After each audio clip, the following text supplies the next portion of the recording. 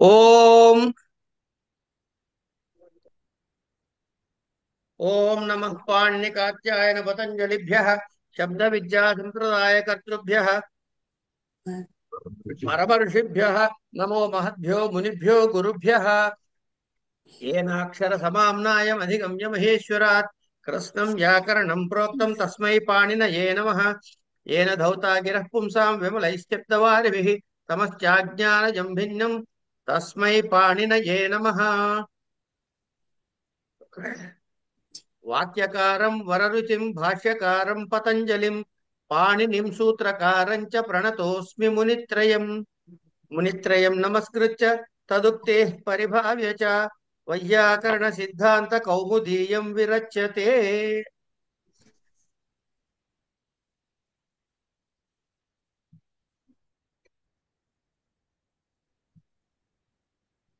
మనం ఎక్కడి దాకా వచ్చామండి? కారక ప్రకరణం చెప్పుకున్నాం సార్.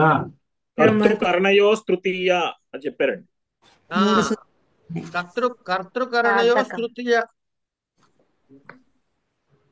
కర్తృకరణయోస్తృతీయ వరకు చెప్పుకున్నాము. అనభిహితే కర్తరి ఇంకా అక్కడ దాకా రాలేదు మనం. తృతీయ చెప్పారండి. మీరు చదివేటప్పుడు సూత్రముతో పాటు దాని పక్కనున్న వృత్తిని కూడా చదవండి. ఓకే. కర్తరి కరణే చ తృతీయ స్యాత్. రామేణ బాణేన హతో వాలి అని వచ్చింది అక్కడ. వచ్చిందండి, చెప్పారు. వచ్చిందండి.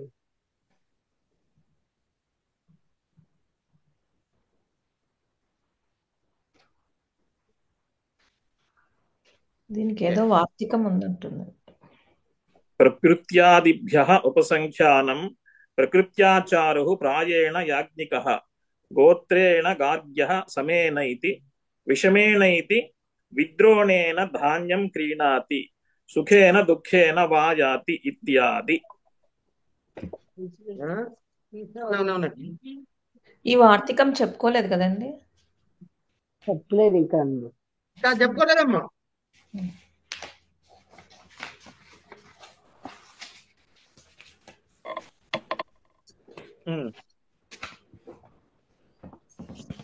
కర్తృకరణయోస్తృతీయ.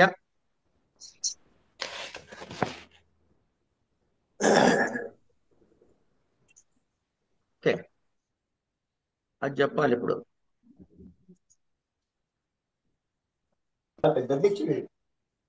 చెప్దామని అనుకున్నాను.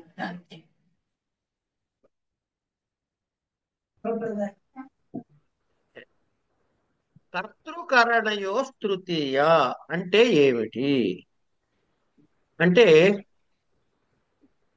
కర్తృ వాచకమునందు కర్త అనేటటువంటి కారకమునకు కరణకారకానికి కూడా తృతీయ విభక్తి వస్తుంది. ఎప్పుడు? అనభిహితే. ఇది మర్చిపోవద్దు. కనుక ఎప్పుడైతే అనభిహితే అనేటటువంటి అధికారంలో మనం మాట్లాడుతున్నామో అప్పుడు కేవలముగా అభిహితము కాకపోతేనే ఈ విభక్తులు వస్తాయి, లేకపోతే ప్రథమ వస్తుంది. అది గుర్తుపెట్టుకోండి. కనుక ఏమన్నారు? అనభిహితే అనేది సూత్రం. సరే, సిద్ధాంత కౌముది ఏం చెబుతుంది? అనభిహితే కర్తరి కరణే చ తృతీయ స్యాత్. తృతీయ వస్తుంది. ఉదాహరణ ఏం చెప్తున్నారు? రామేణ బాణేన హతో వాలి అన్నారు. ఇందులో క్రియాపదం ఏమిటి? రామేణ బాణేన హతో వాలి. హతః చంపాడు. ఎవరు తెచ్చాడు? వాలి. అంచేత ఇక్కడ క్రియాపదము దేనిని సూచిస్తోంది? వాలినా, రాముడినా, బాణానా? బాణంతో అంటే బాణంతో. అది కాదండి. ఒక్క నిమిషం. ఒక్క వాలిని నిమిషం ఉండండి. వాలిని సూచిస్తుంది. అరే రామచంద్ర పాహి, ఒక్క నిమిషం ఉండండి. బాణమును అన్నవాళ్ళు ఎవరు చెప్పండి ఒక్కసారి. నేను ఎవరైతే వాళ్ళు నేను కూడా వా- బానే రైట్, ఎవరన్నారో వాళ్ళు బాణాన్ని సూచించే వాళ్ళు మాత్రమే మాట్లాడండి. అతహ అంటే ఏమిటి? చంపడం. చంపబడ్డాడు, చనిపోవటం. చంపబడ్డాడు. వాలి చంపబడ్డాడు. ఎవరు చంపబడ్డారు ఇక్కడ? వాలి చంపబడ్డాడు. వాలి కనుక ఇప్పుడు క్రియాపదం దేన్ని అభిహితం చేస్తోంది? వాలిని.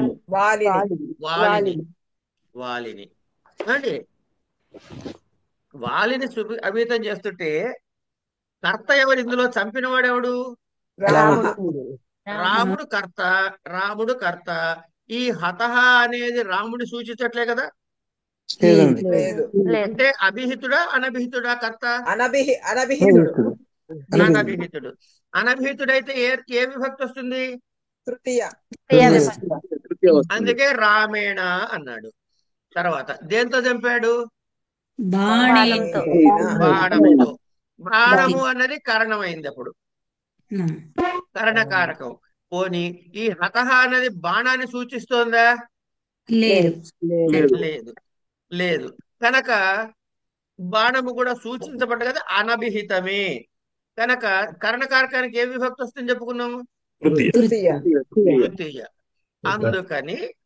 అందుకని అక్కడ రెండిటికి కూడా తృతీయ వచ్చింది. రామేణ కర్తృకారకానికి తృతీయ వచ్చింది, బాణేన కరణకారకానికి తృతీయ వచ్చింది. అంతః వాలి. ప్రథమలో ఎందుకు వచ్చింది వాలి అంటే హతహ అన్నది వాలిని సూచించింది కాబట్టి. హతహ అన్నది వాలిని సూచించింది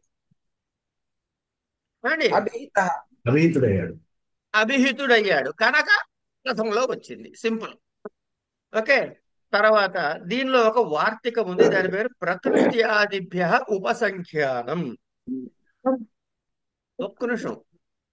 ప్రకృత్యాదిభ్య ఉపసంఖ్యానం అంటే ప్రకృత్యాచారు ప్రాయేణ యాజ్ఞికః గోత్రేణ గార్గ్యః ప్రకృత్యాదిభ్య అన్నాడు ఇక్కడ. ప్రకృత్యాది అంటే ఎప్పుడైతే మీకు ఆది శబ్దం కనపడిందో అది ఏమని అర్థం చేసుకోవాలి మీరు? మొదలుగా శబ్దములు. దాన్ని మొదలు పెట్టి మిగతా కంటిన్యూడ్ సేమ్ టైప్. అవునండి, దానికి ఒక పేరు పెట్టాం మనం. ఏమిటా పేరు? అది దానికి ఒక పేరు కాదు, అభిహితం అండి. గణపాఠము. ఏం సార్? గణము ఓ గణ. ప్రకృత్యాది గణము. ఓకే ఓకే గణ. ప్రకృతి ఎవరితో ఫోన్ మ్యూట్ లో పెట్టండి అమ్మా. అసలే ఇది కష్టమైన సబ్జెక్ట్ అని మనం అనుకుంటుంటే కొంచెం మీరు కంట్రోల్ మిమ్మల్ని మీరే చేసుకోవాలి. అందరూ పెద్దవాళ్ళే. ఓకే. అంచేత ఎక్కడైతే ప్రకృతి మొదలైన ఆ గణపాఠంలో ఉండేటటువంటి వాటికి కూడా తృతీయనే వస్తుంది అని చెప్పాడు. ఇది ఎక్కడ చెప్పాడు? సిద్ధాంత కౌముదిలో చెప్పాడు. అవును.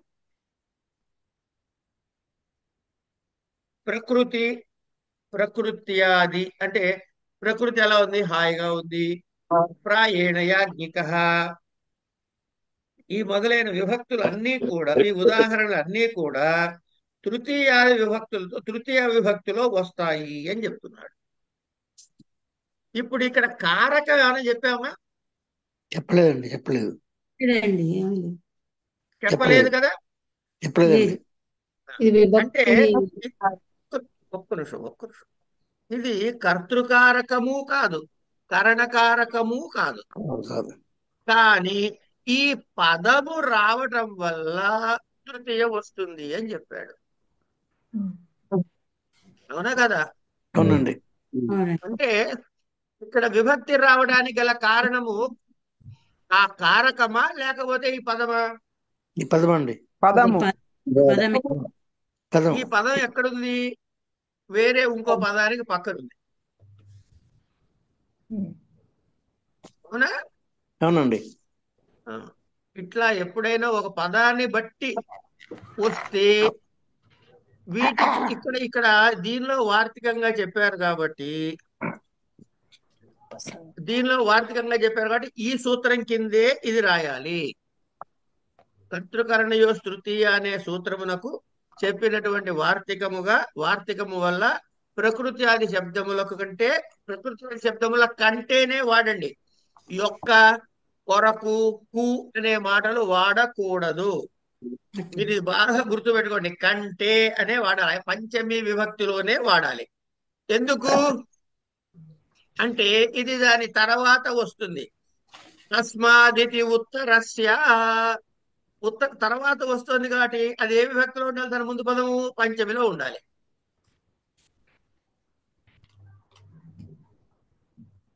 సరే, కనుక ప్రకృత్యాది చారు ఇందులో ఏవే ఉన్నాయి అంటే అందులో ఇచ్చేస్తాడు మనకి. ప్రకృతి అది చారు, గోత్రేణ గార్గ్య అంటే గార్గ్య వంశములో పుట్టినవాడు, వీడు గోత్రము చేత గార్గ్యుడు. ఏమండి? సమేన ఏతి, విషమేన ఏతి, విద్రోణేన ధాన్యం క్రీణాతి. విద్రోణ 2 కుంచాలతో ధాన్యం కొన్నాడు అని. ఇవన్నీ కూడా అందులో వచ్చే సుఖేన దుఃఖేనవ యాతి ఇత్యాది. ఇత్యాది అని ఎందుకు అన్నాడు అంటే ఆ ప్రకృత్యాది గణంలో ఇంకా చాలా పదాలు ఉంటాయి కనుక. అయిన తర్వాత దివ కర్మ చ, దివః సాధకతమం కారకం కర్మ సంజ్ఞం స్యాత్. ఇక్కడ మీరు గమనించండి, మనం ఏ విభక్తి చదువుకుంటున్నాం? తృతీయ. తృతీయ విభక్తి. తృతీయ విభక్తికి ఏమొస్తుంది? ఏ విభక్తి వస్తుంది? కారకం కరణం సరే. ఏ విభక్తి వస్తుంది? పంచమి. తృతీయ పంచమటి కాదు, తృతీయ విభక్తి వస్తుంది. ఇక్కడ ఏమంటున్నాడు? దివః కర్మ చ అన్నాడు. అంటే దివః సాధకతమం కారకం కర్మ సంజ్ఞం స్యాత్. చాత్ కరణ సంజ్ఞ చ అక్షైః క్షాన్వా దీవ్యతి అని మీకు వృత్తి ఇచ్చాడు. చదివారా వృత్తి? ఇక్కడ చూడండి, దివః కర్మ చ అని 3 పదాలు ఇందులో ఈ సూత్రంలో అని పదచ్ఛేదం అనమాట. దివః కర్మ చ. ఇక్కడ దివ్ అనే ధాతు ఉన్నప్పుడు, దివ్ అంటే జోదవాటం అండి, దీవ్యత అంటే జోదవాటం, పాచికలేస్తారే అవి. ఓకే,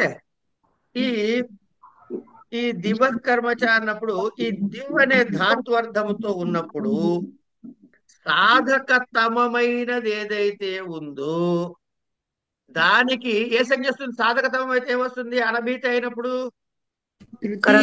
తృతీయ వస్తుంది. తృతీయ వస్తుంది, అది మనకి తెలిసిన విషయమే.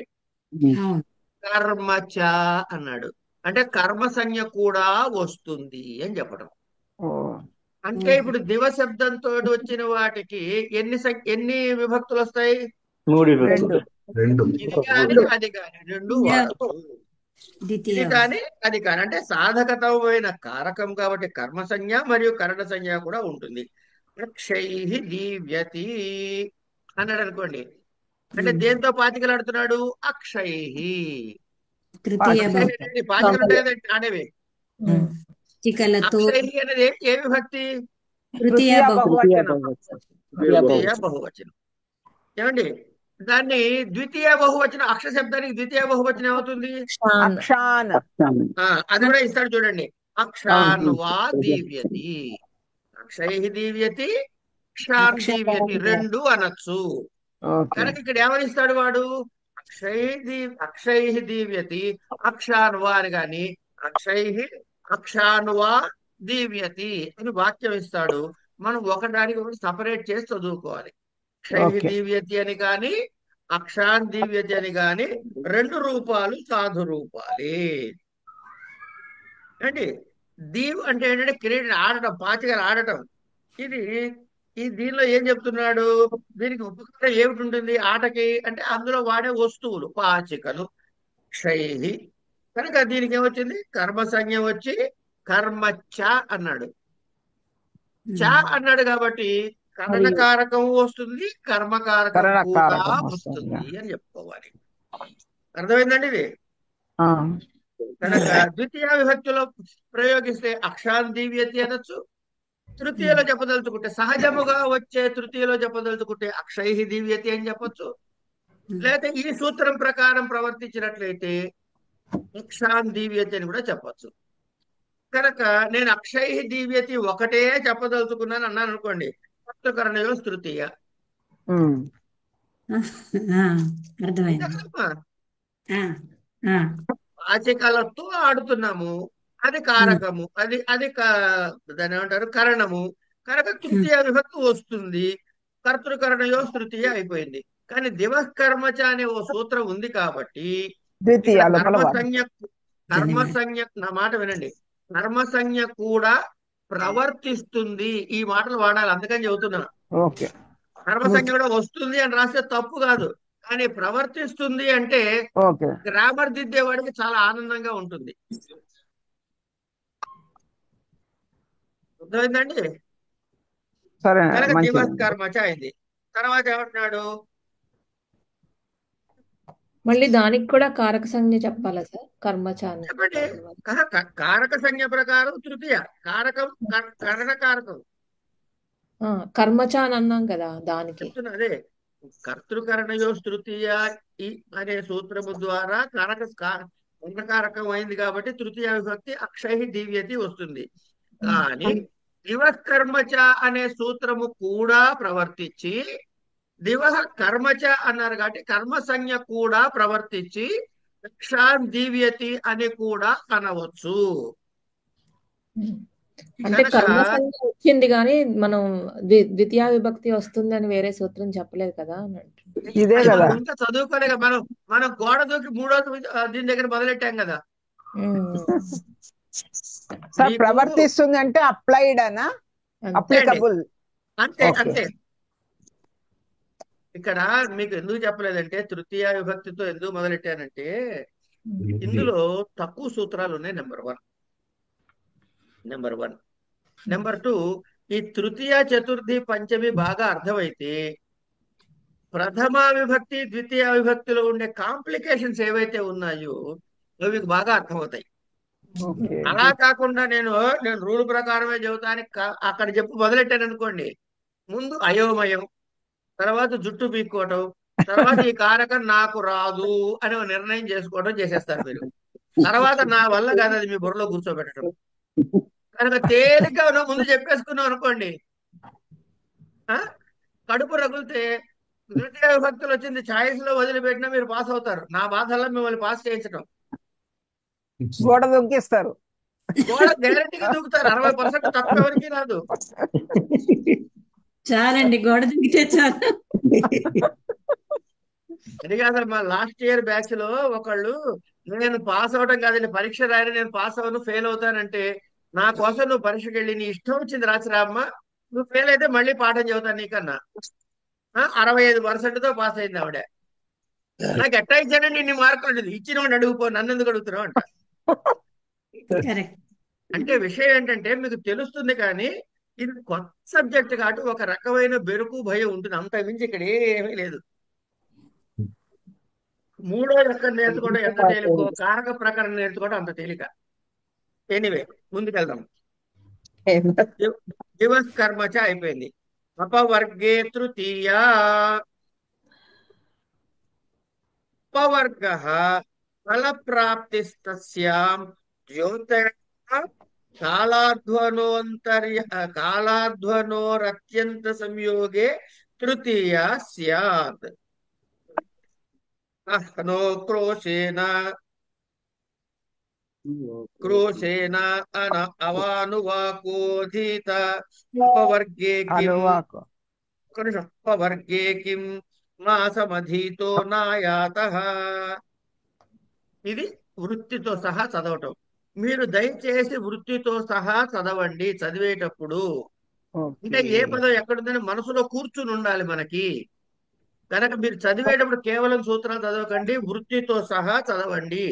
తర్వాత ఏ విభక్తి చదువుతున్నామో ఆ విభక్తులన్నీ కూడా లలితా సహస్రనామము విష్ణు సహస్రనామం చేసినట్లు పారాయణ చెయ్యండి. 116 సూత్రాలు ఉన్నాయి మీకు నరక ప్రకరణంలో.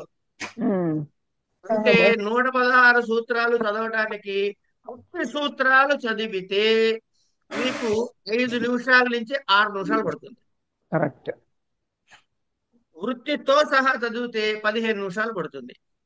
రోజుకి ఒక్కసారి వృత్తితో సహా సూత్రాలన్నీ చదివితే మీకు పరీక్షలో అత్యద్భుతమైన స్కోర్ వస్తుంది. Okay sir. మీకు తెలియకుండా వృత్తి నోటికి వచ్చేస్తుంది. మీ దగ్గర వృత్తితో సూత్రాలు లేవు అని మీరు అనుకుంటే చెప్పండి. నేను అదొక సపరేట్ తెలుగులో డాక్యుమెంట్ తయారు చేసి పంపిస్తాను. పుస్తకం పెట్టుకుని పారాయణ చేసుకోండి. ఓకే.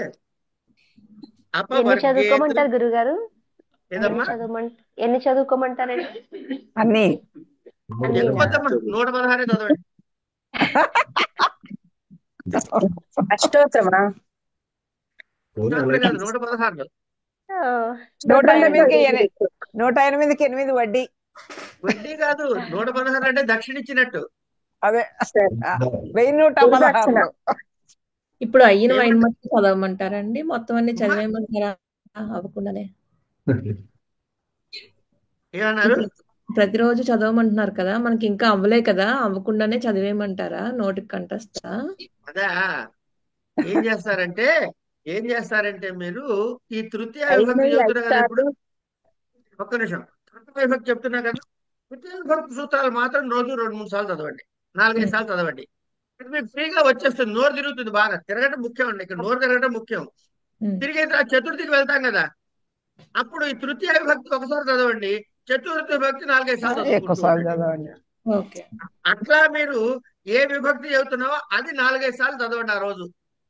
పాఠంలో చెప్పినా చెప్పకపోయినా మొత్తం చదివేసేయండి సూత్రాల్ని, ఆ విభక్తి సూత్రాల్ని చదివితే మీకు ఈ విభక్తులు అయ్యే టైంకి ఒక్కొక్క సూత్రాన్ని ఎంత లేదన్నా 30 సార్లు చదువుతారు. 30 సార్లు చదివితే బుర్రలో కూర్చోకుండా ఉంటుందండి. హోప్సో కాదు, గ్యారంటీ అండి. బికాస్ మీకు పిల్లలతో సహా పెద్దవాళ్ళతో సహా గుడి పక్కన ఉంటే వాడికి విషయాలతో నోటికి వస్తుంది, పుస్తకం ముట్టుకుని వాడు. సూత్రాలు వస్తాయి కానీ వృత్తి కూడా రావాలి కదా సార్. అదే ఇది వచ్చినప్పుడు అది రాదా అమ్మా? అది కొంచెం కాంప్లికేటెడ్ ఉంది. ఏం లేదు కాంప్లికేటెడ్. అసలు వృత్తి చదివితే కాంప్లికేషన్ అంతా పోతుంది. అందుకనే వృత్తి చదవమంటుంది.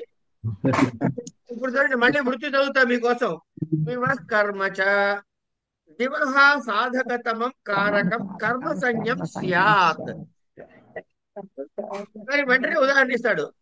చాత్కరణ సంజ్ఞాం, చాత్కరణ సంజ్ఞాం. చార్ ఎందుకు పెట్టాడు అంటే కరణ సంజ్ఞ కూడా వస్తుంది అని చెప్పడానికి. క్షైహి క్షాన్ వా దీవ్యతి. దీన్ని 2 భాగాలుగా రాసుకోండి. అక్షైహి దీవ్యతి, అక్షాన్ దీవ్యతి. అయిపోయింది.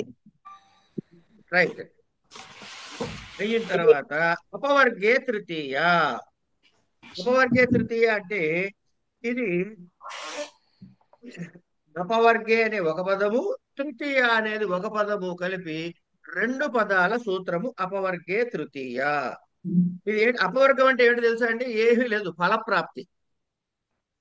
ఫలప్రాప్తి అని అర్థం. అంటే వంట వండుతున్నారు అనుకోండి, కాసేపు వంట అయిపోవటం ఫలప్రాప్తి. గిన్నె కడిగాను, బియ్యం కడిగాను, పొయ్యి మీద పెట్టాను, ఉడుకుతోంది, మూత తీసి చూశాను, మెక్కి చూశాను, ఇంకా మెత్తబడలేదు. ఇవన్నీ పచతిలోనే ఉంటుంది. పచనక్రియ ఎప్పుడు పూర్తవుతుంది? ఉడికితేనే పూర్తవుతుంది. కనుక ఆ ఫల ఇది మీతో ముందు ఏమంటారు? ఇది ఫలప్రాప్తి. ముందు దానికి ఒక పేరు చెప్పాను, మీకు ఏమైనా గుర్తుంది ఎవరికైనా? లేదండి. ప్రాసెసింగ్ టైం ప్రక్రియనా? చెప్పా, కరెక్ట్ చెప్పారు. ప్రభాకర్ చెప్పండి ఒకసారి. కరెక్ట్. వ్యాపారము. వ్యాపారము ఫలము.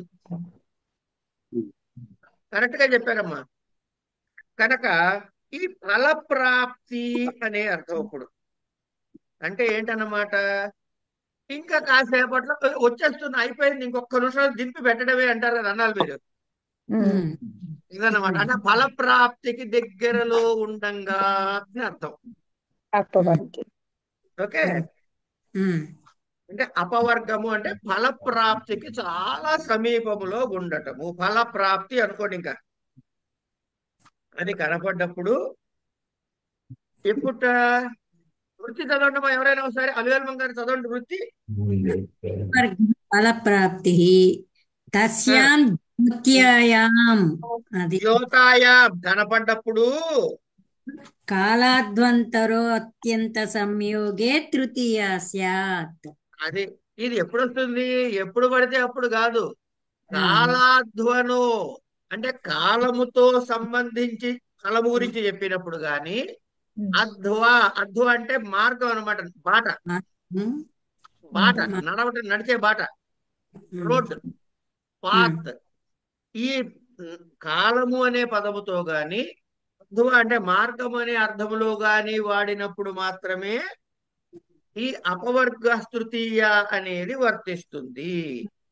అంటే ఎప్పుడైతే ఫలప్రాప్తి గమ్యమానమైనప్పుడు అవుతుందో, నేను ఇవన్నీ టెక్నికల్ వర్డ్స్ కావాలని వాడుతున్నా, ఇవి మీకు కూడా సింక్ అవుతాయని.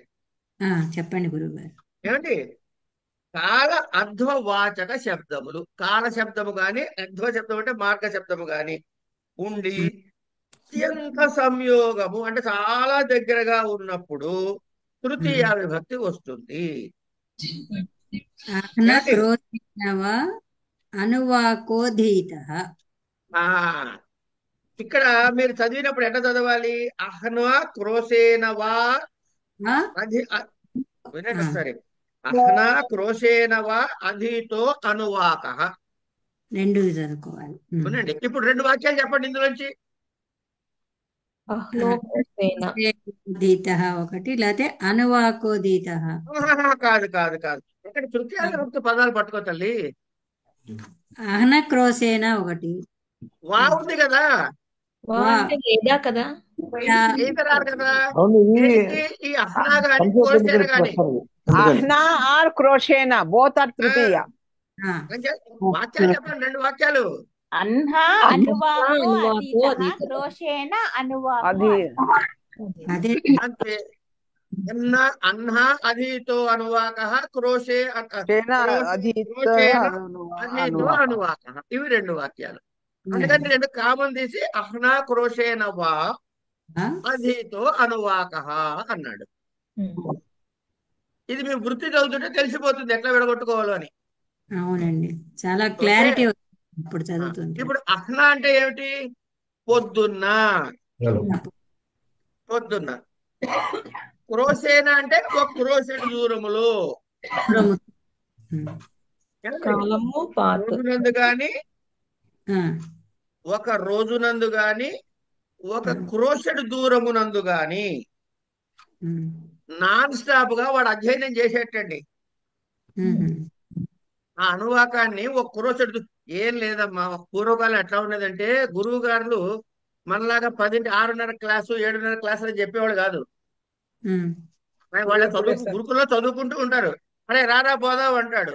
గురువు గారు బయలుదేరి ఆ పక్క ఊర్లో ఎక్కడికో వెళ్ళాలి, ఒక క్రోశెడు దూరం ఉంది, అనువాకం చెప్పు అంటాడు. ఈ క్రోశెడు దూరం నడుస్తూ కూడా పాఠం చెప్పేస్తాడు ఆయన. ఇట్లాంటి అనుభవాలు నాకు కూడా ఉన్నాయి. నా స్కూటర్ వెనకాల కూర్చోబెట్టి పాఠం చెప్పిన రోజులు ఉన్నాయి, అది వేరే విషయం. సరే, అయితే ఈ ఈ క్రోశెడు దూరము వాడు చదవటం వల్ల వాడికి వచ్చేసింది అనువాకం. క్రోశేన అధీత అనువాక. క్రోశెడు దూరం నడుస్తూ నిరంతరముగా నాన్ స్టాప్ గా చదివాడు వాడు. అప్పుడు మాత్రమే తృతీయ వస్తుంది. లేదా రోజంతా అహ్నము అంటే రోజు. రోజు మీరు మళ్ళీ చూడండి, అహ్నం అనే శబ్దం రోజు అని తెలుసా మీకు? తెలీదా? తెలుసు. మధ్యాహ్నము, పూర్వాహ్నము, అపరాహ్నము, రోజు అని తెలుసు. ఇంకొక అన్నం చెప్పండి. తెలియదు సార్, చెప్పినాను. అపరాహ్నం, మధ్యాహ్నం, పూర్వాహ్నం. లేదు అంటే అబద్ధం అమ్మా, నాకు తెలుసు మీకు తెలుసు అని చెప్పండి. ఏమో సార్, తోచడంలా. తోపిస్తాం మేము. 4ంటికి ఏమంటారు? 4:30 5ంటికి ఏమంటారు? సాయంకాలం, సాయం, సాయాన్నము. అదే సాయాహ్నం. అంతే. మూడు జాములుగా విడగొట్టుకున్నాడు అనమాట. ఇంకేమైనా చేసుకోండి, ఆ జాములు లెక్క వద్దు. పొద్దున్నే ప్రాతరాన్నము, మధ్యాహ్నము, సాయాన్నము, ఇవన్నీ అపరాన్నము, ఇవన్నీ వచ్చాయి. అయితే ఈ సందర్భం వచ్చింది కానీ చెప్పేస్తున్నా, సాయంత్రం అనేది చాలా తప్పు రాంగ్. ప్రయోగం. అవునండి, అది సాయం విన్నామండి. సాయంకాలము అనండి, సాయాన్నము అనండి గాని సాయంత్రం అని మాత్రం ప్రయోగించకండి. అట్లే రేపు సాయంత్రం వస్తామండి అనకండి, రేపు సాయంకాలం వస్తామనండి. అట్లే అంటే ఎందుకు అనకూడదండి? అది తప్పు కాబట్టి. చాలా ఎక్కువగా అంటూ ఉంటాం సాయంత్రం అని, అందుకని అందుకే అన్ని చెబుతున్నా, తప్పులే అలా మాట్లాడుతుంటాం. చాలా అని కాదమ్మా, అలా చాలా ఎక్కువగానే తప్పుల్లో బోల్డ్ ఉన్నాయి మనకి. ఓ ఇంకోటి చెప్పనా, ఆ, చెప్పండి. నేను మీరు కాదు, పెద్ద పెద్ద తలకాయలు కూడా ఈ తప్పు చేస్తారు. ఏమిటది అంటే, వారు గౌరవనీయులైనటువంటి ముఖ్యమంత్రి గారు వచ్చారు, గౌరవనీయులైనటువంటి నరసింహారావు గారు అది కూడా వచ్చారు అంటామనమా? అంటాం. అననీయులై గౌరవనీయులు అనేది చాలా తప్పు ప్రయోగం. ఓ పూజ్యులు అనాలండి. అది తర్వాత మనకి ఏమనాలి మీ ఇష్టం. గౌరవ స్థానీయులు అనేది తప్పు లేదు, కానీ అది కూడా రైట్ రంగ తర్వాత చూద్దాం. గౌరవనీయులు అన్నది తప్పు ప్రయోగము. మరి అదే వాడుక భాషలోకి వస్తుంది. వచ్చింది కాబట్టి వాడుతున్నారు, పక్కకు పెట్టండి. మీ గ్రామర్ ప్రకారం కుదరదు. ఓ అట్లనే పూర్ణిమ, పౌర్ణమి, పూర్ణిమాస దొట్లో కూడా ఒక తప్పు వెరీ ఉన్నది, గుడ్, కరెక్ట్. బాగా చెప్పారు. పౌర్ణమాసి అనాలి, పౌర్ణమి కాదు, పౌర్ణమాసి లేకపోతే పూర్ణిమ. ఓహో, అవును అవును పౌర్ణమి అనకూడదు. పౌర్ణమాసి అనొచ్చు. మాసి ఇట్లా చాలా ఉన్నాయండి, ప్రస్తుతానికి మనకు అక్కర్లేదు. విషయం ఏమిటంటే అపవర్గే తృతీయ. ఎట్లా అపవర్గ అంటే ఏమిటి? మీకు ఇప్పటిదాకా అపవర్గం అనే పదం చెప్పబడలే కదా ఎక్కడా కూడా. చెబుతున్నాడు, అపవర్గ ఫల ప్రాప్తిస్తస్యాం జ్యోతాయాం. అంటే అది దర్శించిన సమయంలో ఏమిటది? కాలాధ్వనో అత్యంత సంయోగే, కాలవాచకములు గాని అర్ధవాచకములందు గాని అత్యంత సంయోగే సమీపంలో అంటే కాదు. అంటే ఇప్పుడు ఒక క్రోషెడ్ దూరం నడుస్తూ చదివాడు కదండి.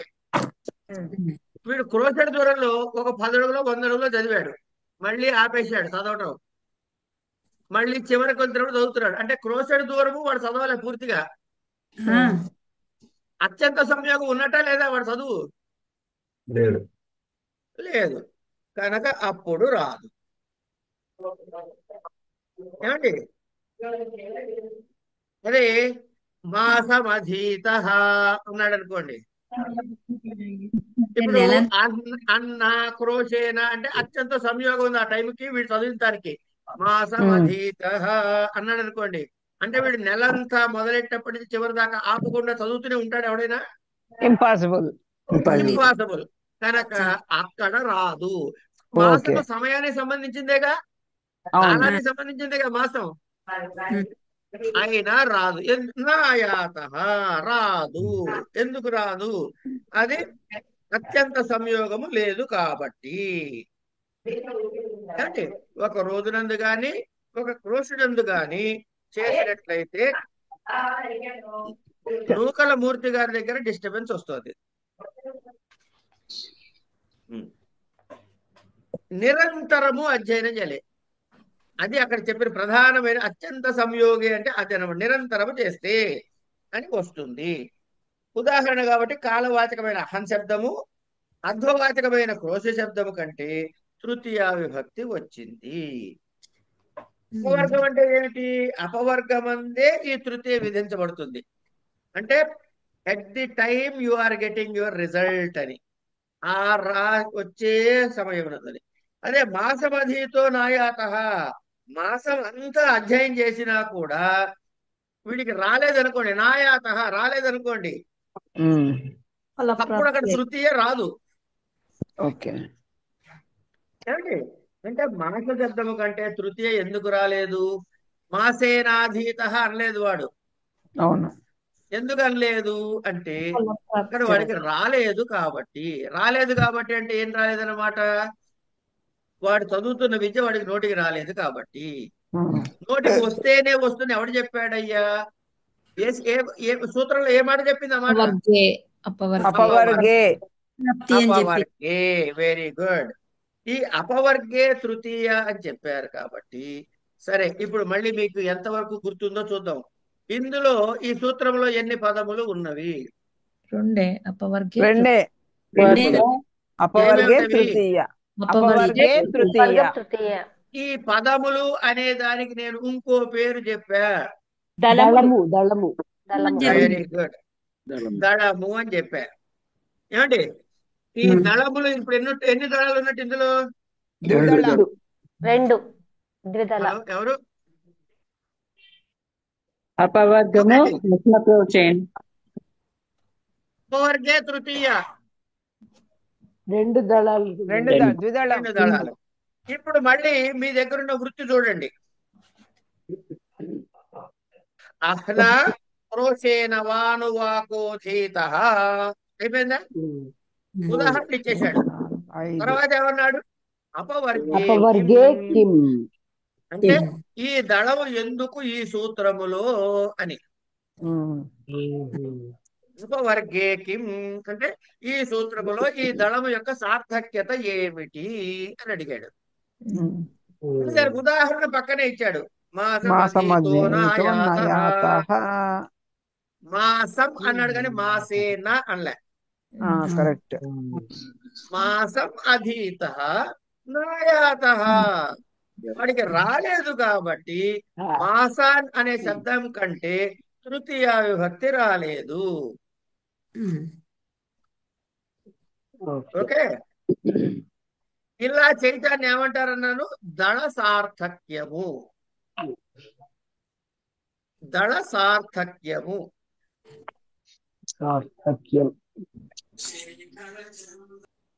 కనుక ఇక్కడ ఆ అధ్యయనం పూర్తిగా గ్రహించబడలేదు కాబట్టి ఇక్కడ మీకు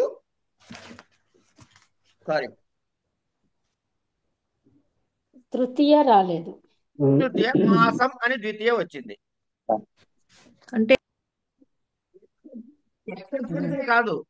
ఎక్సెప్షన్స్ గురించి కాదు.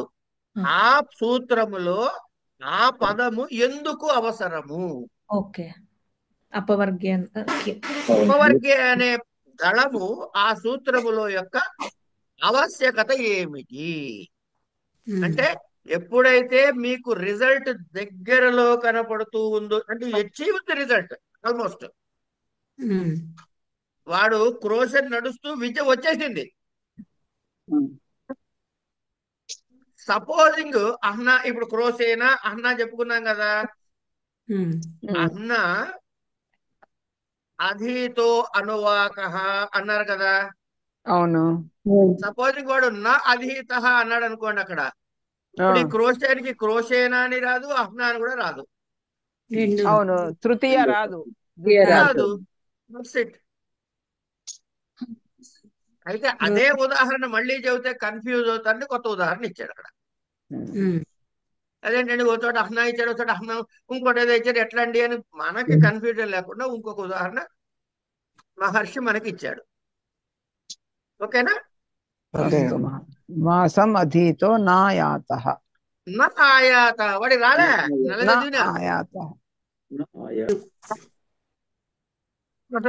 నాతో చెప్పండి. స్వతంత్ర కర్త సాధకతమం కరణం కర్తృకరణయో తృతీయా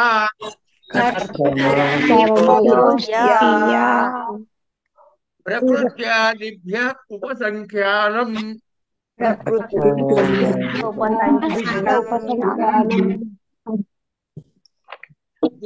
కర్మ చ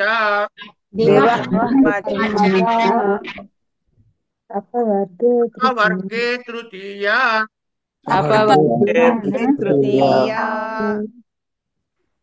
ఈ సూత్రాలు అయినాయి.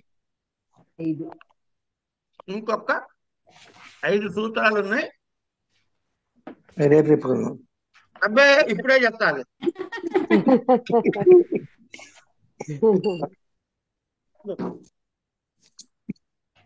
సహయుక్తే చ ప్రధానే సహయుక్తే ప్రధానే సహయుక్తే ప్రధానే ఇక్కడ అకారం ఉంది. అవును సహయుక్తే ప్రధానే ఇప్పుడు మనం వృత్తి చదవడం నేర్పిస్తాం మీకు. ఓకే సహార్థేన సహార్థేన అసహార్థేన సహార్థేన సహార్థేన అసహార్థేన కాదు సహార్థేన యుక్తే యుక్తే అప్రధానే తృతీయా స్యాత్. ఇప్పుడు ఓ నాన్నగారు ఓ కొడుకుని వెంట పెట్టుకుని ఏదో గురుకులానికో లేకపోతే ఎక్కడికో వెళ్ళాడు అనుకుందాం కాసేపు. తండ్రి ప్రధానుడా కొడుకు ప్రధానుడా? తండ్రే. తండ్రి తండ్రి ఏమండి? అవునండి, తండ్రి ప్రధానుడు. మరి ఏమంటాం? తండ్రితో సహా పుత్రుడితో సహా తండ్రి వెళ్ళాడు. అవును అయితే ఇప్పుడు సహా అనే మాట వచ్చిందా లేదా ఈ సూత్రం ఈ అవును పదంలో? అవును సహయుక్తే అంటే సహా అనే పదముతో కలిసి ఉంటే అప్రధానే ఈ చెప్పిన క్యారెక్టర్లలో అప్రధానుడు ఎవరు? కొడుకు. కొడుకు కొడుకు. పుత్రేణ వాడికి తృతీయ వస్తుంది. పుత్ర అంటే వాడికి ఏమవుతుంది? తృతీయ అంటే ఎట్లా వస్తుంది? పుత్రేణ పుత్రేణ పుత్రేణ సహ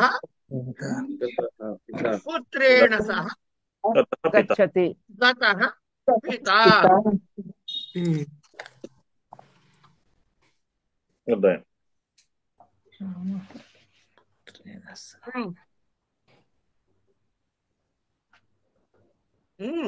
నువ్వు భోజనం చేయబోయా అయిపోయిందా? ఏమండి? కాలేదండి. చేస్తామండి. సహయుక్తే అప్రధానే అంటే లక్ష్మణేన సహ రామ వనం గతః. అరణ్యానికి వెళ్లాల్సిన వాడు ప్రధానుడు ఎవడు? రాముడు. రాముడు లక్ష్మణుడు తోడెళ్ళాడు, సహా లక్ష్మణుడితో సహా వెళ్ళాడు. అంతేగాని లక్ష్మణుడు రాముడితో సహా వెళ్ళాడు అనకూడదు. కానీ మనం తెలుగులో మాట్లాడుతున్నాం. డిస్టర్బెన్స్ ఎక్కువ ఉంది సార్. కొంచెం ఈ సుబ్రహ్మణ్యం గారు అయ్యా మీ దగ్గర చాలా డిస్టర్బెన్స్ వస్తుందండి. లక్ష్మణుడితో సహా వెళ్ళాడండి రాముడు అడవికి. మనం తెలుగులో అంటుంటాం, ఒక తప్పేగా. అవును రాముడితో లక్ష్మణుడు పోయినాడు. రాముడితో కాదు, లక్ష్మణుడితో రాముడు వెళ్ళాడు. లక్ష్మణుడితో సహా రాముడు వెళ్ళాడు. లక్ష్మణేన సహా రామ గచ్చతి వనం గచ్చతి వనం గచ్చతి గతవాను గతవాను వగైరా అయిపోయింది. పంచేత సహార్థేన యుక్తే ప్రధానే తృతీయ స్యాత్.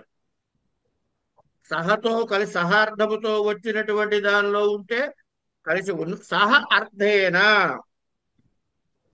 అర్థమైందండి. అంటే కేవలం సహా అనే ఉంటుకర్లే. సహా అనే అర్థము వచ్చే ఏ పదమైనా శబ్దమైనా సరే సాకం సాధ్యం లక్ష్మణేన సాకం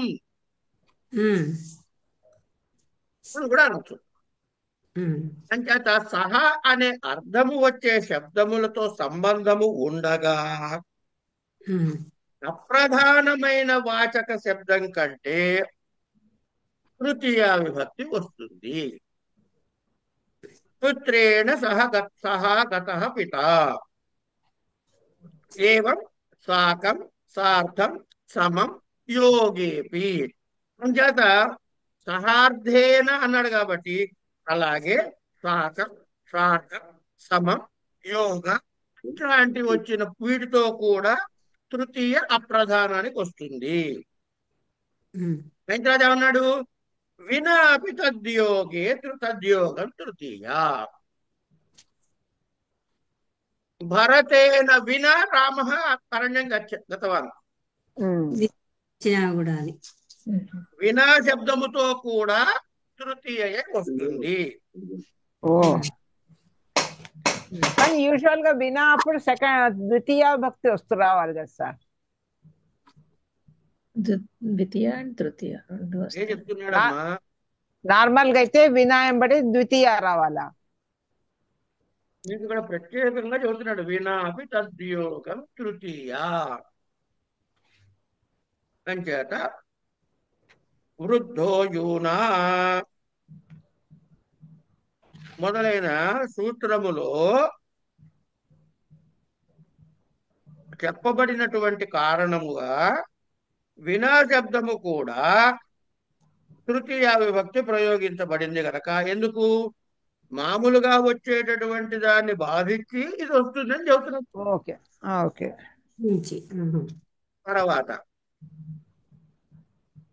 తర్వాత ఏనాంగ వికార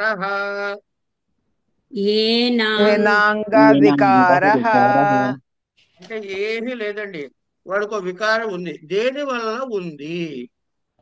వాడికి ఒక కన్ను కనపడదు.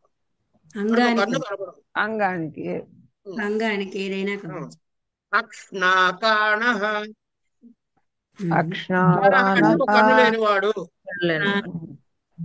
అక్ష్ణ కళ్ళతోటి కళ్ళ చేత గుడ్డివాడు. తృతీయ. ఏన అంగవికార. ఈ సూత్రం వినగానే అయిపోతుంది ఏం చెప్పాలో. ఏన అంగేన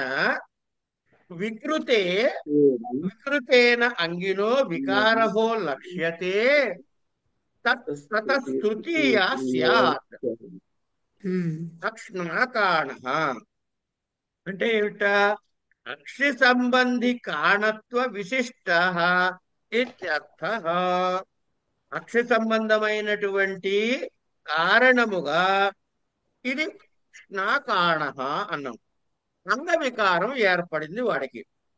ఇక్కడ అంగవికార కిం అన్నాడు మళ్ళీ.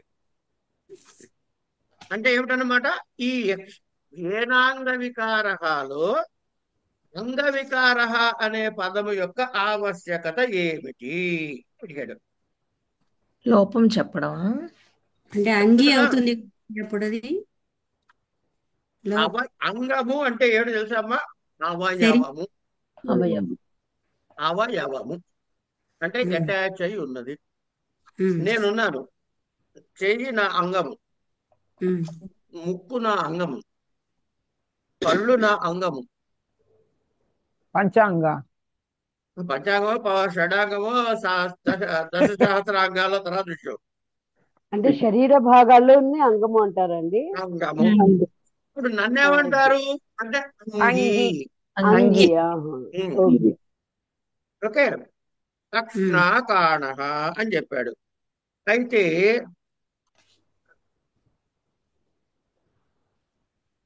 అంగవాచక శబ్దం లేకపోతే ఏమవుతుంది అంటే తృతీయ రాదు. సార్ అంగవికార కిం అక్షి కారణమస్య అక్కడ ఉన్నారు సార్. అదే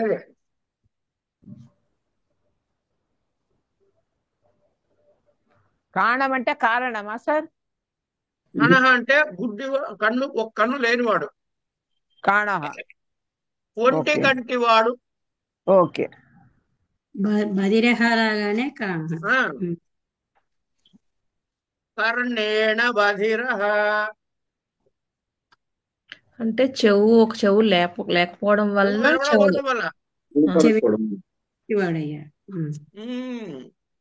డైరెక్ట్ గా వినికిడి లేనివాడు అన్నప్పుడు తృతీయ రాదు. చేత ఇక్కడ అక్ష్ణాకాణ వచ్చి అంగము అన్నాడు కదా, కనుక మనసు అంగం కింద రాదు. అర్థమైందండి? అట్లాగే అది బయటకు కనపడదు కనుకనా? కనపడదు గనక. It is not attached to your body. ఎక్కడుంది? మనసు చూపించండి. తలకాయ దగ్గర ఉందా, ముక్కు దగ్గర ఉందా, కన్ను దగ్గర ఉందా, చెవు దగ్గర ఉందా? చెప్పేందుకు లేదు. అది ఇది ఒకటి అయిపోయింది. ఇంకొక 2 సూత్రాలు చదివేసుకుందాం మనం సరదాగా, ఓపిక ఉంటే. లేకపోతే రేపు చెప్తా, మీ కోరిక. మాకుంది, మీరు చెప్పగలిగితే చెప్పండి, వింటాం. నాకు ఓపిక ఉంది. నాకు ఇంకో పావుగంట అయినా చెప్తా పాఠం. చెప్పండి సార్. చెప్పండి, వింటాం. ఇత్థం భూత లక్షణే, ఇత్థం భూత లక్షణే, అలా చదవకూడదు. ఇత్థం భూత లక్షణే కాదు, ఇత్థం భూత లక్షణే. ఇత్థం భూత లక్షణే లక్షణే. ఇత్థం భూతం అంటే ఏమిటి? ఇత్థం భూత లక్షణే అంటే ఇది ఒకటే పదంలో ఇచ్చాడండి. ఇత్థం భూత లక్షణే అని ఒకటే మాట. ఇత్థం భూత అంటే ఈ ప్రకారంగా ఉండటం వల్ల. అర్థమైందండి? ఇప్పుడు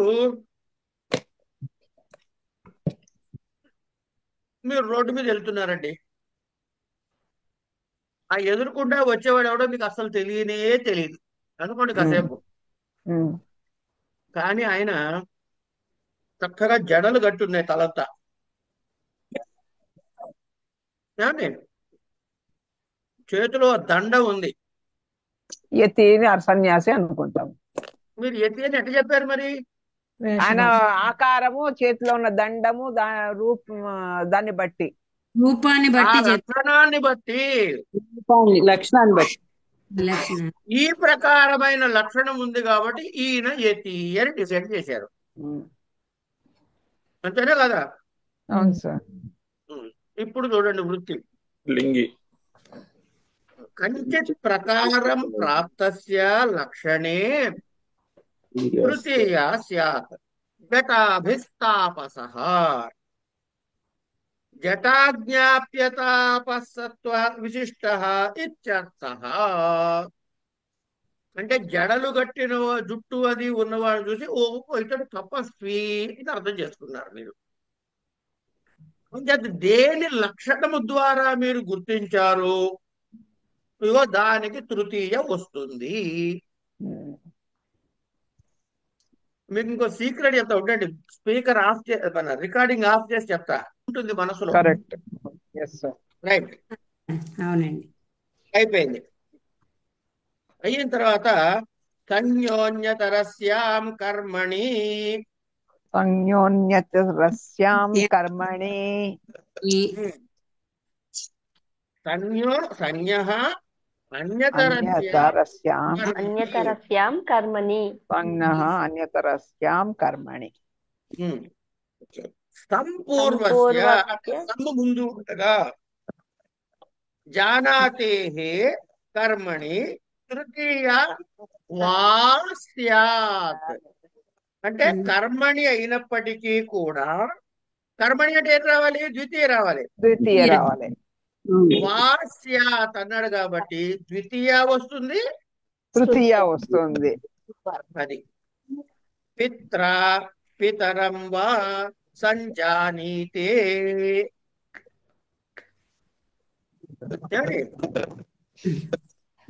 సంజ్ఞః అన్యతరస్యాం అన్నాడు. అంటే సంపూర్వస్య జానాతే అని చెప్పేశాడు. అంటే సంజ్ఞః అన్యతరస్యాం కర్మణి అని పదవిగా చేసుకున్నట్లయితే జ్ఞా అనే ధాతువు కంటే, జ్ఞా అనే ధాతువు కంటే షష్ఠీ విభక్తి ఏకవచనం ఏమిటవుతుంది? జ్ఞః. ఈ జ్ఞః కాస్త సమ్ముతో కలిపి ప్రయోగిస్తే, అంటే సంపూర్వక జ్ఞాధాతువు యొక్క కర్మవాచక శబ్దము కంటే, కర్మవాచక శబ్దము కంటే తృతీయ విభక్తి వా వికల్పముగా వస్తుంది. అంటే తృతీయ రాని పక్షంలో ద్వితీయ విభక్తి సూత్రం ఏది ఉందో అది వస్తుంది. కర్మణి అన్నారు కదా, మీకు ద్వితీయ విభక్తి సూత్రాల్లో కర్మణి ద్వితీయ అనే సూత్రం వస్తుంది. చెప్పుకున్న మళ్ళీ వెనక్కి వెళ్దాం. కర్మణి ద్వితీయ అన్నారు కాబట్టి ఆ ద్వితీయ విభక్తి వస్తుంది. పిత్ర పితరం వా సంజానీతే అంటే తండ్రిని బాగా తెలుసుకుంటున్నాడు. సంజానీతే బాగా తెలుసుకుంటున్నాడు. ఎవరిని? తండ్రిని. కనుక పితరం అని చెప్పి ద్వితీయలో చెప్పచ్చు, పిత్ర అని తృతీయలో కూడా చెప్పచ్చు. కనుక అక్కడ ఎవరిస్తాడు? పిత్ర పితరం వా అంటే పిత్ర సంజాని. ఈ వాకి యూతలు ఉన్న పదాలని కలిపి వాకి యూత ఎడం వైపు ఉన్న వాటిని ఒక్కొక్కటి తీసుకోండి, వాకి కుడి వైపు ఉన్న ఏమన్నా మొత్తం వాక్యం తీసుకుని లైన్ రాసుకోండి. పిత్ర సంజానీతే పితరం సంజానీతే. హేతౌ తర్వాత సూత్రం హేత్వర్ధే తృతీయ స్యాత్. ద్రవ్యాది సాధారణం నిర్వ్యాపార సాధారణం చ హేతుత్వం. కరణత్వం తు క్రియామాత్ర విషయం వ్యాపార నియతం చ. దండేన ఘటః పుణ్యేన దృష్టో హరిః ఫలమపీహ హేతుః అధ్యయనేన వసతి. ఇన్ని ఉదాహరణలు ఇచ్చాడు ఇక్కడ. ఇవన్నీ ఉదాహరణలే అండి. ఏమిటి? దండేన ఘటః పుణ్యేన దృష్టో హరిః ఫలమపీహ హేతుః అధ్యయనేన వసతి. ఇవన్నీ కూడాను ఈ హేతువు అనే దానికి ఉదాహరణలు. దీనికి ఒక వార్తికం కూడా ఉందండి.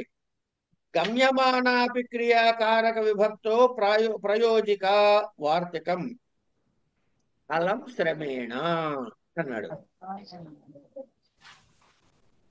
ఇక్కడ హేతౌ అంటే ఏంటంటే హేతు శబ్దము కంటే, హేత్వర్థములో ఉండే హేతువాచక శబ్దము కంటే తృతీయ విభక్తి వస్తుంది. హేతు అంటే కారణం అండి. ఏమండి? ద్రవ్యాది సాధారణము హేతుత్వము. ద్రవ్యము, గుణము, కర్మ అని 3 రకాలుగా ఉంటాయండి.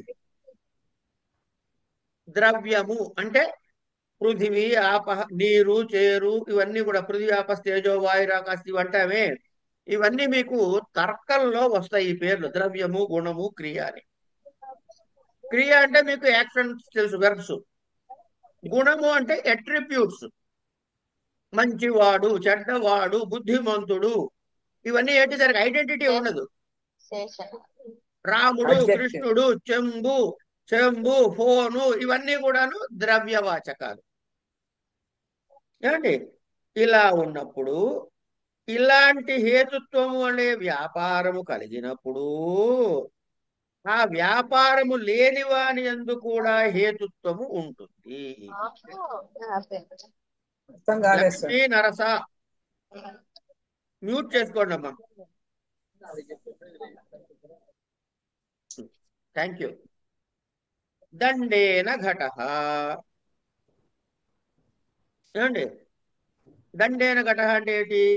ఘటరూపమైన దండం, ఘటరూపమైన ద్రవ్యానికి దండము హేతువైంది. ఏం లేదండి, కుండ చేయాలనుకోండి, ఏం కావాలో? కర్ర కావాలి కదా. ఆ కర్ర పెట్టి ఆ చక్రం తిప్పుతేనే కుండ చేయగలుగుతాడు. కరెక్ట్. అందుకని దండేన ఘటః అనే దేనికి ఉదాహరణ అంటే ద్రవ్యానికి ఉదాహరణ. ఘటరూప ద్రవ్యానికి దండము హేతువు. తర్వాత పుణ్యేన నీలిమ ఏదని అన్నారా? ఘటానికి హేతువు మట్టి కదండి. అదే ఉపాదాన కారణం. మట్టి కారణమేమో, అందులో డౌటే లేదు. ఈ కుండ ఎలా చేశారంటే కర్రతో పెట్టి తిప్పితే చేశారు కదా అని. చక్రం తిప్పుతారు కదా, అది కరణకారకం. తృతీయ విభక్తిలో ఉన్నాం తల్లి. ప్రకృష్టోపకరణం అంటారు. అది ఉపకరణం. ఓకే. ఓకే. పుణ్యేన బ్రహ్మవర్చసం అంటే వీడికి బ్రహ్మవర్చస్సు అంటే ముఖంలో ఒక తేజస్సు ఎప్పుడు వస్తుందిట? పుణ్యం చేస్తే వస్తుంది కదా. ఈ వర్చస్సు అన్నది ద్రవ్యం కాదు, ఒక యాట్రిబ్యూట్. ఒక మనిషికి యాట్రిబ్యూట్ అంటే గుణము. కనుక గుణానికి ఉదాహరణ ఏం చెప్పాడు? పుణ్యేన బ్రహ్మవర్చసం. పుణ్యేన దృష్టో హరిః అంటే నీకు హరి దర్శనం కావాలంటే నువ్వేం చేసి ఉండాలమ్మా? పుణ్యం పుణ్యం చేసుకో. చేస్తుండాలి, ఎంతో పుణ్యం అది చేస్తుంటే చెప్పాడు. కానీ. పుణ్యేన దృష్టో హరి. ఎవడైతే పుణ్యము చేశాడో ఆ హేతువుగా హరి దర్శనం అయ్యింది వాడికి. అట్లాగే ఈ సూత్రంలో హేతు శబ్దం అంటే ఫలాన్ని కూడా గ్రహించాలి అన్నాడు. అంటే ఓన్లీ రీజనే కాదు, ఫలాన్ని కూడా అధ్యయనేన వసతి. ఏమండి, దీని మీకు చాలా క్లాసిక్ ఎగ్జాంపుల్ మన యూనివర్సిటీలో ఉండే హాస్టల్లో ఉండే విద్యార్థులు. ఎవడో ఏదో ఒకటి చదువుతున్నానని పేరు పెడితేనే వాడిని అక్కడ హాస్టల్లో ఉండనిస్తారు, లేకపోతే వెకేట్ చేసి వెళ్ళిపోవాలి. కనుక గురుకులంలో ఉండేవాడు అధ్యయనం చేస్తున్నాడు అనే ఫలం కోసం అన్నప్పుడు వాడికి ఆ వసతిని ఏర్పాటు చేశారు. కనుక ఈ అధ్యయనం అనే ఫల రూపానికి కూడా అధ్యయనే దానికి కూడా హేతువాచకంగా చెప్పుకుని దానికి తృతీయ విభక్తి వచ్చి అధ్యయనేన వసతి. వాడికి అకామిడేషన్ ఎందుకు ఇచ్చాడయ్యా అంటే ఎందుకు ఇచ్చాడు అని చెబుతాడు. గమ్యమానాపి క్రియ కారక విభక్తో ప్రయోజిక వా అలం శ్రమేణ. శ్రూయమాన క్రియలో గమ్యమానము అయితే కూడా కారక విభక్తి ప్రవర్తించటలో ప్రయోజకము.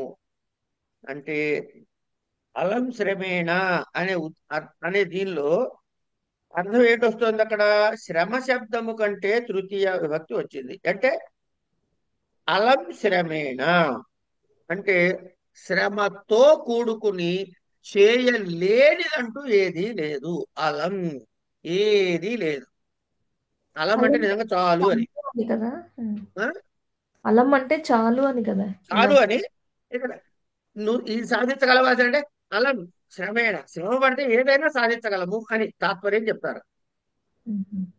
ఇవన్నీ ప్రయోగాల్లో వస్తాయమ్మా. ఓకే.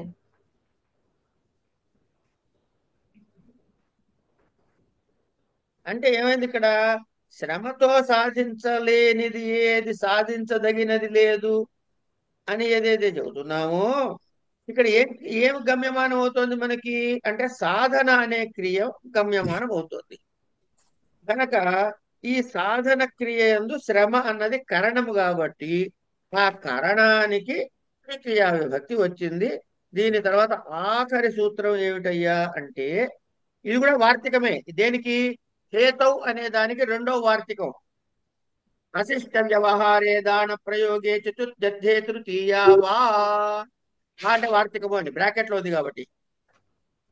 అశిష్ట వ్యవహారే అంటే శిష్ట వ్యవహారము కానప్పుడు దాన ప్రయోగే, దాన అనే ధాతు ప్రయోగించినప్పుడు చతుర్థి విభక్తి రావలసిన అర్థములో అంటే సంప్రదాన కారకం కావలసిన అర్థములో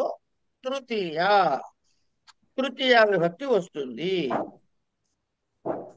దాస్య సంయచ్చతే కాముకః ధర్మ్యేతు చతుర్థియేవా. ఏమిటది? ధర్మ్యేతు భార్యాయై సంయచ్చతి అన్నాడు. అశిష్ట వ్యవహారములందు అంటే అశిష్టులు అంటే దుష్టుల వ్యవహారములు ఏమిటవుతుంది? దాన శబ్దము ప్రయోగించినప్పుడు ఉదాహరణ ఏమిచ్చాడు? దాస్య సంయచ్చతే కాముకః.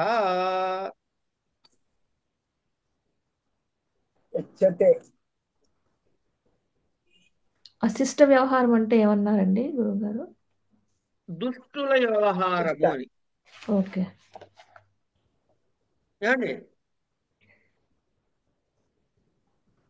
దా అనేటటువంటి ధాతు అన్నారు కదా, ఆ దాడ్ అనే ధాతువుకి దాసీ శబ్దము కంటే ఎవరైనా సరే దాసీ వారితోటి ఆ శారీరక సంబంధాన్ని కోరుకోవడం ధర్మమా అధర్మమా? అందుకని ఇక్కడ ఏం చెప్పాడు? దాస్యా అని తృతీయ విభక్తి చెప్పాడు. దాస్య సంయచ్చతే కాముకః. ఇదే భార్యతో అనుకోండి, అది ధర్మమా అధర్మమా?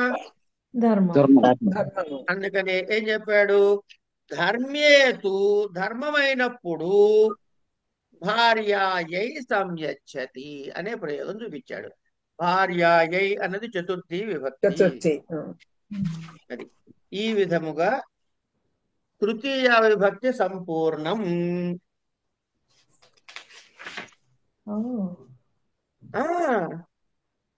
మీరు ఎన్ని వార్తికాలు చదవమన్నారో బాగా అర్థమైందండి ఇవాళ. ఏదమ్మా? మీరు వార్తికాలు ఎందుకు చదవమంటున్నారో ఇప్పుడు బాగా అర్థమైంది. పోన్లే తల్లి, సంతోషం. ధన్యవాదాలు. స్వతంత్ర కర్త స్వతంత్ర సాధకతమం కరణం సాధకతమం కరణం కర్తృకరణయోస్తృతీయా ప్రకృత్యాదిభ్య ఉపసంఖ్యానం ఉపసంఖ్యానం దివః కర్మ చ అపవర్గే తృతీయా సహయుక్తే ప్రధానే ఏనాంగ వికారః ఇత్థం భూతలక్షణే అన్యోన్యతరస్యాం కర్మణి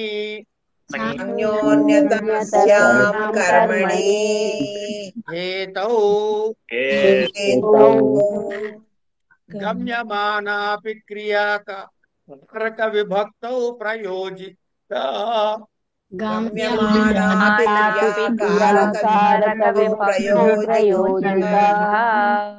విశిష్ట వ్యవహారే దాన ప్రయోగే చతుర్థే తృతీయా.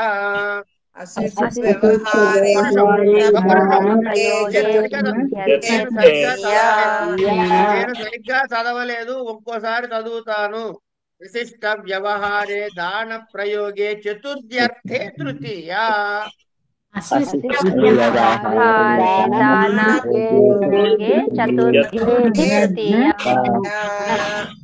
ఇది మీరు 1కి 4 సార్లు విత్ వృత్తి చదవండి. అలాగే అండి. రేపు చతుర్థి విభక్తి చెప్పుకుంటాము. ఇవాటితో తృతీయ విభక్తి పూర్తయింది. సార్ రేపు క్లాస్ ఉంటుందా సార్? రేపు ఏమైంది? 31 డిసెంబర్. 31 డిసెంబర్ అది మనది కాదు కదండి. మనకు కాదు, మీకు మనకు అయినా కాకపోయినా క్లాస్ ఉంటుంది.